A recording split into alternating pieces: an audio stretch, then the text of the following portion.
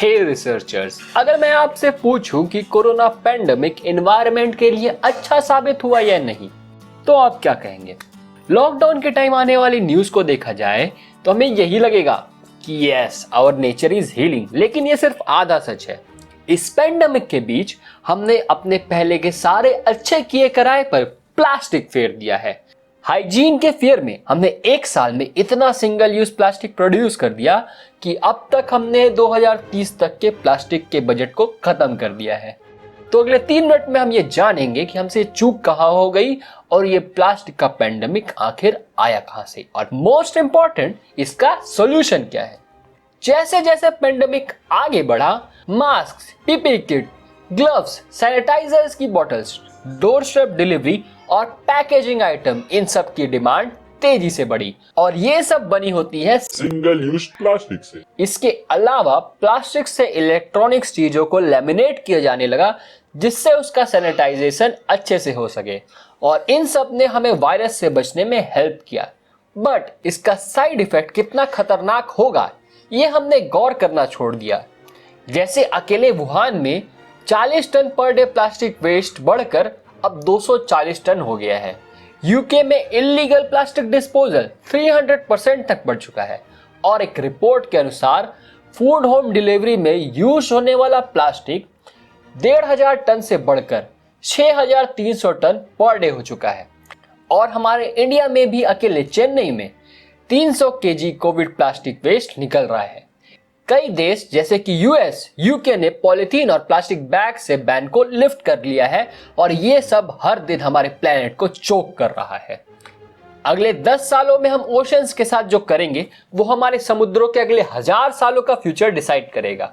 और आज तो हमारे द्वारा इस कोविड में यूज किए गए मास्क और ग्लव्स समुद्र की सरफेस तक पहुंच गए हैं, और ऐसा ही चलता रहा तो 2050 तक समुद्र में मछलियों से ज्यादा प्लास्टिक हो जाएगा।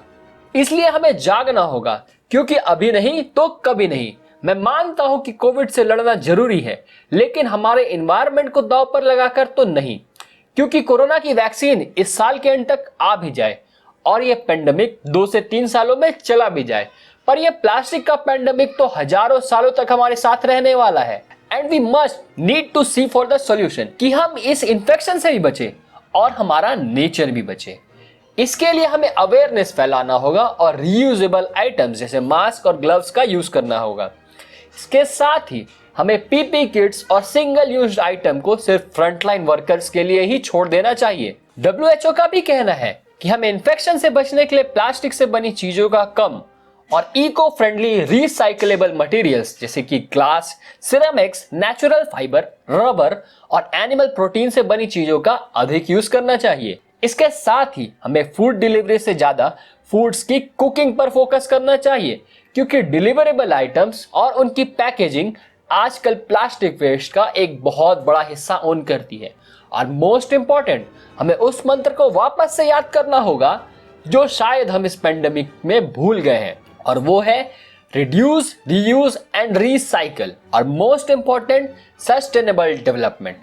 इस पेंडेमिक और इकोनॉमिक क्राइसिस के बीच हमने मैन्युफैक्चर तो बहुत किया प्लास्टिक, बट रिसाइकलिंग को स्लो और बंद कर दिया, जिसे हमें वापस से शुरू करना होगा और इस प्लास्टिक के पेंडेमिक से डट कर लड़ना होगा।